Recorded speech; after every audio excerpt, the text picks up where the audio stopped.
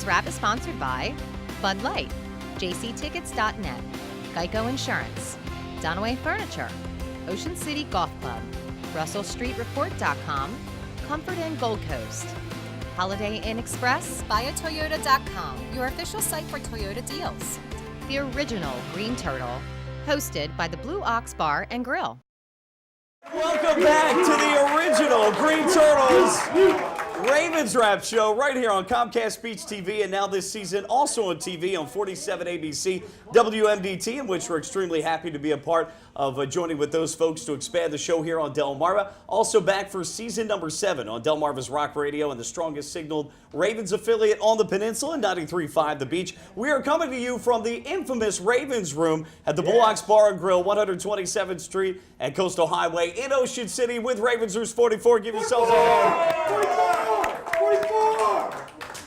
Welcome into week number 14 of the NFL for your 7-5 Ravens. Coming up, we're going to recap, unfortunately, the Ravens' 34-33 loss to the San Diego Chargers, the first time since November of 2009, losing at home. Oh, we'll talk news and notes, recap the AFC North, it's crazy, and preview the upcoming game at Miami this Sunday as we take on the Dolphins. Kickoff at 1 o'clock. Network pregame at 12:30 on 93.5 The Beach. On TV, just to let you know, we air at various times on Comcast Beach TV all the way from Thursday up to game day, so you can check us out there. Also on ABC 47, Saturday night 7:30 before the game of the week, and Sunday at noon. We want to thank our fine sponsors, the Ravens Wrap Show, brought to you by the original Green Turtle, the Blue Ox Bar and Grill, our friends at Bud Light, Comfort Inn Gold Coast, Geico, RussellStreetReport.com, the Ocean City Golf Club, and, well, a day we had the other day. It's actually a pretty good golfing day on Monday if you're out and about. Also, friends at jctickets.net, which provide us the tickets that we give out, 5 pairs this season, which is great. We still have one more pair to give away for the Jacksonville game coming up. We also want to thank our friends at Holiday Inn Express at Northside at Ocean City, which have a beautiful view of the lights, the Winter Festive lights here at Northside Park, right across the street from us. Our friends at Dunaway Furniture and BuyAToyota.com. Don't forget to like us on Facebook, Ravens Wrap of the Blue Ox, and online at ravenswrap.com. I'm Mike Bradley from 105.7 The Fan in Baltimore. Locally, Mike and Jake in the morning, weekday mornings, 5 to 9 on 92.7 WGMD. To my left, former Lehigh College player, OC local entrepreneur, John Gehrig. Welcome back to the show. It's been a while. Yeah, man. Hey. They're clapping now. Yeah, they may not be clapping later. And to his left, former coach, football, lacrosse, Ravens Roost member, and big Ravens fan, Steve Slaza. Welcome back, sir. Hey. And I hope everybody had a great Thanksgiving that was filled with family, friends, food, and, of course, football as well. And we wish everybody a Merry Christmas and Happy Holidays here from all of us at the Ravens Wrap Show. All right, guys, as I was going through my notes and all that, I hearkened back to just a few days ago, Sunday, when after the game, I was at the Green Turtle watching the game, and some Redskins fans were at the bar. And they said they've never seen a fan so dejected before. I was just staring at the screen literally for about 10 minutes, and all sorts of emotions were running through. I was shocked, I was angered, I was saddened, all the emotions running through. And after all the years, I've come to take losses in stride for the most part, but not Sunday. John, that was a tough one to lose, and a big opportunity for the Ravens to kind of step out from all the other AFC teams vying for a playoff berth. Sounds like you were peeved off. You can say that, yeah. I even took off of work Monday. That was just a tough loss. I mean, the whole game, and I don't know if the players or the coaches felt this, but as a fan watching, the Ravens were in complete control of the game. It never even felt like they were in jeopardy. And I don't know if it was complacency, but it goes to the old phrase, Steve, when you play football, that every time you kick a field goal, you're 3 points closer to losing the game. Oh, definitely. And, in our section, as soon as they did make the second touchdown where, the quarterback threw the ball right to Smith and, he didn't run anywhere, and you're going, okay, what was wrong with that? And then they hand off, and on third down, you're 1 yard short, typical Raven third down play. And you're like, God, how easy would that have been to score a touchdown? You're up by 2 touchdowns. They don't catch you. And, from that point on, we were trading field goals for touchdowns, and eventually it caught us in the fourth quarter. I think there's a lot of different ways you could view this game. 33 points most times for the Ravens should be enough to win a football game. For most teams, it should be enough. we talked about the offense here just a second ago, that we had too many field goals and we needed at least one more touchdown out of the red zone opportunities. But conversely, defensively, you give up 34 points at home, which rarely happens for the Ravens. So you could look at it a couple of different ways.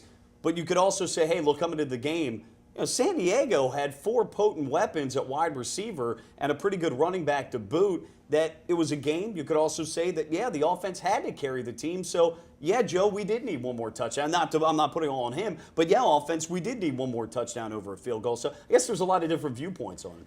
Yeah, I mean, it's a situation, when you're driving the ball and, when you think about it, Joe had an efficient game. It wasn't a great game, but the Ravens ran the ball extremely well. They had complete control of the line of scrimmage for the most part. They won the turnover battle. So you're winning at the line of scrimmage. You're winning on the turnovers. Your quarterback's completing just enough passes. Your running back, you have a dominant running game. And you just don't typically lose those types of games, which I think is why the loss stung so much. Because, look, Philip Rivers is a professional. He's a pro. And they adjusted. I think the Ravens, it looked like, it's tough to get inside of Dean Pease' head, but it looks like they started to fear their own secondary, and some of the schemes particularly, it was like they were just trying to hang on and not lose the game. And they play not to lose. They play not to lose a little bit. And Rivers, he's a pro. He's been around. He knows how to read a defense. He knows the schemes. He knows how to use hard counts to try to see what's going on. And the Ravens were not able to adjust, and he made the plays. I mean, basically, Joe played good enough to win the game. And I say Joe, and I mean the offense, but you need to finish drives. You need to. It's all a matter of when you execute. Sometimes the nice long pass is great, but sometimes you need to make the routine play. It's like the Cal Ripken, right? My dad always used to tell me, just make the routine play. Be Cal, don't be Ozzie Smith. I mean, you don't need to be diving and doing backflips. Just catch the ball and throw it to first base and make the plays you're supposed to make. So sometimes just converting on first when you get into the red zone, converting 75% of the time into touchdowns is going to win you a lot of games, and that's ultimately, Steve, what happened. I mean, it gets right down to red zone productivity, and that was the difference. Yeah, when you say they gave up 34 points, that's true, but they gave up 21 in the fourth quarter, and that's what you're talking about, where, he struck pay dirt when he had to. And, we were trying to keep them in front of us, but there were matchups where we didn't have any matchup for Gates, and we definitely didn't match up on either wide receivers. And you mentioned that, Mike. I thought that was the one area where they were heads and tails above us. But, otherwise, I thought defensively we did a good job for the most part, except for the 57-yard pass, of keeping them in front of us. I think what's surprising, and maybe you can make the argument that San Diego's passing game is a little bit better than New Orleans, but we didn't have a show Thanksgiving week. We didn't get a chance to talk about the win that Monday night that the Ravens had. But you look at what they were able to do, and look, I know they bended a little bit, but they didn't break enough against New Orleans. They got it done on the road there. Yeah, throw out the numbers. A W's a W at the end of the day, and they got it done. Will Hill did a nice job with Jimmy Graham. You come into this game saying, okay, if you can withstand the tide in that game, you're coming back home, you face another good tight end, but you have a similar, you think, game plan. Yeah, you'll be able to win the game, and that didn't happen. I mean, we were really exposed. Where was Will Hill? I mean, look, Gates and my father and I keep mentioning his name, give him props. Turn the cameras right away. Yeah, there you go. We were having this debate during the game that Gates, whether he was quick or he's certainly not fast. I mean, he looks like he could be deep tackle almost. But I mean, his experience coming off, it's almost like we're talking about with Philip Rivers. Certainly, Joe Flacco has more, has better quarterback skills, physical skills than Philip Rivers. But Philip Rivers has maybe more mental skill. Whatever it is, Antonio Gates knows how to release off the line of scrimmage. And the young linebackers, even when Mosley, who has clearly more speed, Gates just knew how to set him up, knew how to jab his releases, knew he wasn't touched, and created immediate separation off the line of scrimmage. And then having veteran savvy, he was 2-3 steps ahead of guys that were younger, faster. And, it was definitely a different game plan than the Saints. And unlike the Saints, who kicked field goals and lost, similar to the Ravens this week, Philip Rivers and Antonio Gates and Keenan Allen, who became a superstar against us, those guys scored touchdowns. So it was frustrating. Well, I think it was Ken Batusik at RussellStreetReport.com that does the X's and O's breakdown defensively. He talked about the fact that Ravens play this cover 2 where they have 2 deep safeties, and Will Hill, for the most part, was playing a deep safety. So on the underneath, he wasn't playing the tight end. The linebacker or another safety had him. So Will Hill wasn't matched up against Gates as much, and you have to scratch your head a little bit and say, why was that the case, Steve? Well, that's what I said. You do such a great job against Jimmy Graham, then why not? It's coaching is simple in one respect. When something works, stick with it. And to go away, when you shut down Jimmy Graham and then you don't put him on Gates, and like you're saying, rookie was clearly faster than him, but he had no clue as far as the moves and jab steps, like you were saying. He was just always behind him. Yeah. And the Ravens, they've done a great job all year in shutting down the run. But, San Diego, they decided to come out in 3 wide a lot of times and get us into nickel situations where you have 5, 6 defensive backs on the field and take us out of that. And they didn't really care. They had no intention of running the ball down our throats. They knew that they could pass the ball. John, that's exactly what they did. Hey, look, the Ravens were, I don't know if they were asking for San Diego to run the ball, but the entire drive in that fourth quarter when Ryan Matthews busted the long touchdown run, the 14-yard touchdown run. That whole drive, I don't know what the Ravens, the personnel grouping that was on the field, this is my point, I guess, with Pease, is I don't know if the lack of depth and talent in the secondary got into his head, but look at Rex, let's just look at Monday night. And Rex Ryan has a worse secondary, but he schemes enough to be able to put pressure and keep the Jets in the game. Pease, there's nothing creative going on. Instead, he backs everyone back, and I don't know what kind of personnel grouping was in there, but you have, on first downs, you're having 2 down linemen and 4 linebackers and 5 D. It was just crazy, and that's, of course, they blocked him straight up. They walked in and get tight, but they were dying.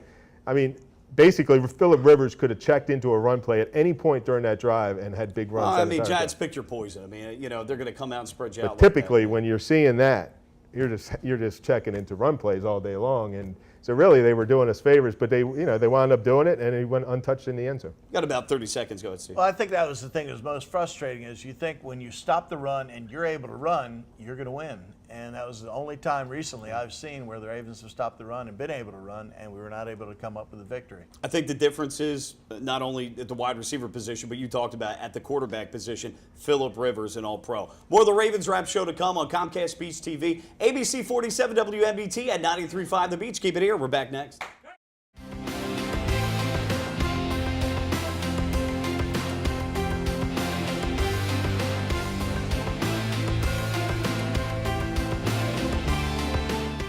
In April 1959, Art Wall won the Masters, edging out Carrie Middlecoff and Arnold Palmer by finishing birdie, birdie, birdie, par birdie. 1 month later, Ocean City Golf Club celebrated the opening of their first 18 holes. That course has been transformed now into one of the most scenic golf layouts on the East Coast. Come experience 36 of the most beautiful and challenging holes you'll find anywhere. Ocean City Golf Club in Ocean City, Maryland. Like 33rd Street was to Colt fans, Russell Street will become legendary for future generations of Raven fans. Not only is Russell Street the team's address on Sunday, it's now home to the website voted Baltimore's best 5 years in a row. You've known them as Ravens247.com for years, and now you'll love them as RussellStreetReport.com for many more. There's nothing else like it for Baltimore football fans. Trust me, RussellStreetReport.com. Baltimore's home for football 24/7. Welcome to the Comfort Inn Gold Coast. Conveniently located just 1 block from the beach and adjacent to shopping at the Gold Coast Mall and the movie theater. Newly renovated and open year-round with a marvelous bayfront view. Visit us on the web at comfortgoldcoast.com and see our hot deals and great golf packages, or simply call our direct reservation line to plan your stay.